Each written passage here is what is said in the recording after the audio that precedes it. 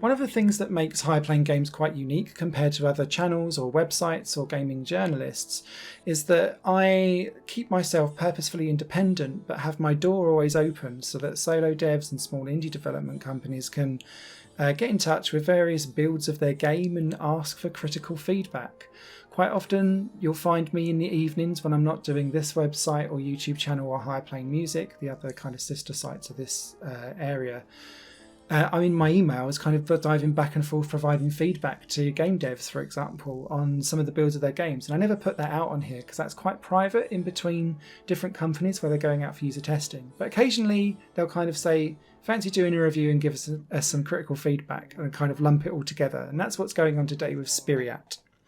Spiriat is a game that sees you playing as a spirit bird that is going to bring light to the world. And you'll be doing this by going through a semi-endless runner styled game, or a chase game, I guess is probably the best way to describe it, collecting coloured orbs. Coloured orbs act as your high score, but it also acts as your health, because as you move forward throughout these levels, there's lots and lots of dark orbs that you need to avoid, because every time you hit one you lose 10 orbs or 10 points, and if you hit one when you've got 0 orbs on your possession, then it's game over. At the same time, you've got a storm chasing you behind, and this is why I kind of allude to a chase or an endless runner style game, because it means that you can't go slowly and take your own time.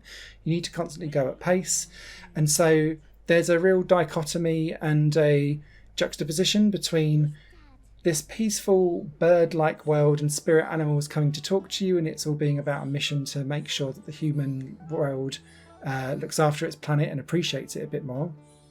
But then you've got this frantic kind of chase on forward action going along, and they don't sit particularly very well together. It's an odd vibe, particularly when you factor in that this game has like an acoustic guitar soundtrack that is purposefully chill and rustic and as if it's being played on someone's front porch. But you're still like kind of smashing buttons to try and get around and avoid being electrocuted by a storm, so it feels a bit at odds with itself. However, what I will say is that Les Malort, this is their first game, have got a real eye for artistic direction and environmental storytelling. This game tells its story across all of the levels on 2 different planes. The first one takes place at the end of each level, where you meet a spirit animal, and there'll be some voiceover where you have some dialogue back or forth. Not so keen on the weird voices that some of the animals are given, and I really struggled with some of the over-reverbing of some of the voiceover as well, which made it quite difficult to understand some of the words when they're being spoken. However, as you move through the levels, what's going on in the world around you is being shown as you fly past it all. So you'll see animals running away or finding shelter. You'll see industrialisation creeping in against the forests. You'll see wildfires and destructions of rainforests and things like that. So as that's all taking place, in the background, you're getting told the story without having to be told the story, if that makes sense. Although, when you do get to the end, it's all about, you're on a mission to bring light, and the bird doesn't think it can. Good old hero story.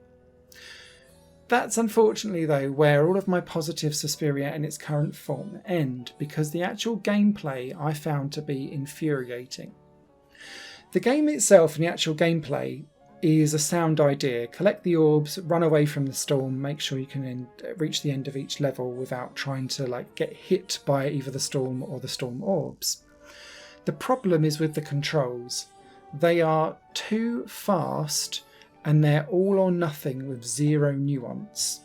And that's because you can do it with WASD on the keyboard or the arrow keys, but on a controller only the D-pad works, and it's either full thrust ahead for your bird in any of the compass directions you're trying to push, or nothing.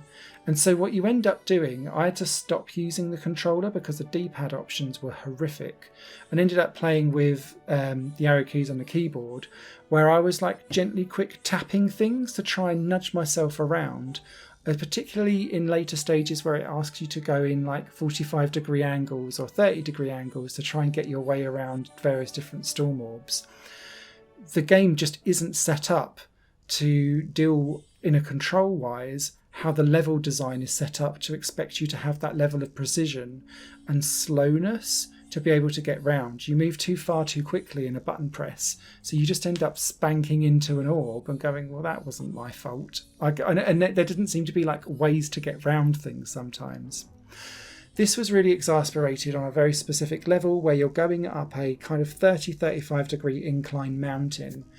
But because you can't do that kind of thing as you would expect to be able to aim something with an analog stick, you're stuck with the 8 compass direction points. So you're kind of doing weird nudges and just smashing into everything. And that level was so infuriating that I had to park the game and walk away.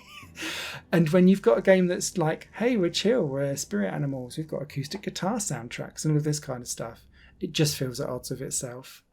If they was able to add in some nuance to the control scheme, particularly around maybe having 16-point compass angles, or enabling the analog stick to actually work on the gamepads, I think that would help this game out. But it still requires that bird to be slowed down because it just steamrolls into everything so quickly, and it's janky and jagged and digital rather than analog. I don't know if that will kind of come across as a metaphor, but it's either on or off. There's no in between. A bit like if you're getting a radio signal, if you've got the old analog signals, you can kind of tune something in and ham-fist your way there. But with a digital one on a DAB radio, you either get the signal or you don't.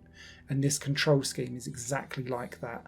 So you just speed on ahead and lose lives for what feels like not your fault. So yeah, I hope that's constructive feedback. This game still might appeal to some people. It didn't personally appeal to me. I did like the art style and I like the overall theme of the game. I just think the control scheme absolutely undermines it. So apologies, but that's why not big companies always come to me, and it's why I'll always be open and honest. So thank you so much for developers for continuing to reach out. I will try and be as supportive and constructive as I possibly can.